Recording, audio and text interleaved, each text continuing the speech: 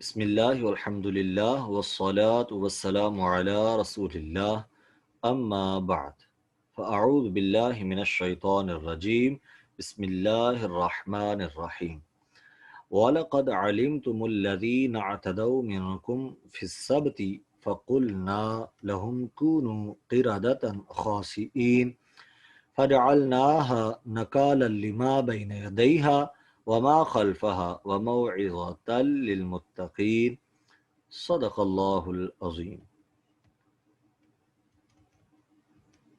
اور تم خوب جانتے ہو انہیں جنہوں نے نافرمانی کی تھی تم میں سے سبت کے قانون کی، تو ہم نے حکم دیا انہیں کہ بن جاؤ بندر پھٹکارے ہوئے، پس ہم نے بنا دیا اس سزا کو عبرت ان کے لیے جو زمانہ میں موجود تھے اور جو بعد میں آنے والے تھے، اور اسے نصیحت بنا دیا پرہیزگاروں کے لیے۔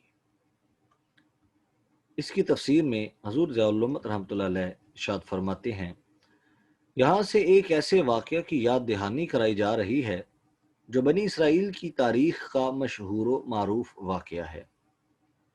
لفظ علمتم پر قد اور قد پر لام تاکید بالائے تاکید پر دلالت کرتا ہے، یعنی بلا شک و شبہ یقیناً تم اس واقعہ کو جانتے ہو۔ اللہ تعالیٰ نے بنی اسرائیل کے لیے سینچر یعنی ہفتہ کا دن عبادت کے لیے مخصوص فرما دیا تھا۔ اس روز ان کے لیے کھیتی باڑی، کاروبار، شکار وغیرہ تک ممنوع تھا، اور یہ حکم اتنا سخت تھا کہ اس کی نافرمانی کرنے والوں کے لیے قتل کی سزا مقرر تھی۔ بنی اسرائیل نے رفتہ رفتہ اس حکم کو بے اثر بنانے کے لیے حیلہ و فریب سے کام لینا شروع کر دیا تھا۔ دریا کے کنارے گڑھے کھود رکھے تھے اور چھوٹی چھوٹی نالیوں کے ذریعے انہیں دریا سے ملا رکھا تھا۔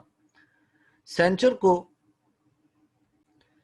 جبکہ مچھلیاں شکاری کی آمد سے نڈر ہو کر سطح آب پر کثرت سے نمودار ہوتیں، ان نالیوں کے دہانے کھول دیتے اور مچھلیاں کثیر تعداد میں پانی کے ساتھ ان گڑھوں میں چلی جاتیں، پھر ان کے دہانے بند کر دیتے اور اتوار کے روز آ کر مچھلیاں پکڑ لیتے۔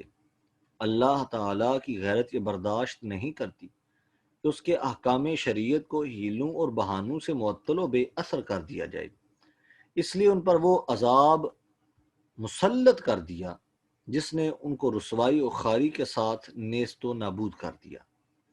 اگر موسوی شریعت میں اس قسم کے ہیلے برداشت نہیں کیے جاتے تو آپ خود فیصلہ کریں کہ خاتم النبیین صلی اللہ علیہ وآلہ وسلم کی شریعت جس کے بعد اور کوئی آسمانی قانون انسانی اصلاح کے لیے نہیں آنے والا، کیا اللہ تعالیٰ کی حکمت اور غیرت کسی قسم کی تحریف اور حیلہ سازی کو گوارا کر سکتی ہے؟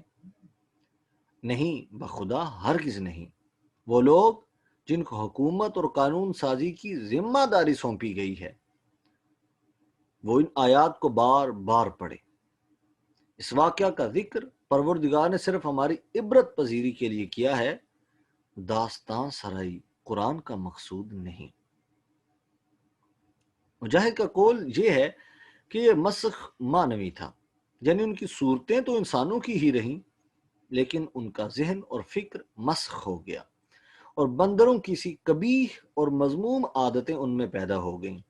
انسانی شکل ہو اور کرتوت بندروں کی طرح ذلیل، پناہ بخدا کتنا ہولناک ہے یہ عذاب۔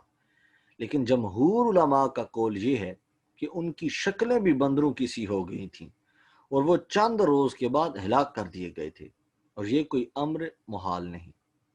جو بدبخت اس کے تشریعی قانون کو مسلسل توڑتے رہے ہوں، اگر اللہ تعالیٰ اپنے تکوینی قانون میں ان کو سزا دینے کے لیے تھوڑی سی تبدیلی کر دے تو اس میں کیا استحالہ ہے؟ نیز جو تخلیق آدم کے بارے میں ڈارون کے نظریہ ارتقاء پر ایمان لا چکے ہیں، ان کے لیے تو سرے سے اس میں اچنبے کی کوئی بات ہی نہیں۔ یہ بھی تو سلسلہ ارتقاء کی ایک کڑی ہے۔ ارتقاء مستقیم نہ صحیح، ارتقاء معکوس صحیح، بہرحال ہے تو ارتقاء ہی۔ اللہ جل مجدہ کی بارگاہ میں دعا ہے بنی اسرائیل کی بدبختی سے ہم سب کو محفوظ فرمائے، اور جس طرح انہوں نے شریعت موسوی کا مذاق اڑایا اور اس کے احکام کو تار تار کرنے کے لیے ہیلے اور بہانے کی ہمیں اللہ تعالیٰ محفوظ فرمائے۔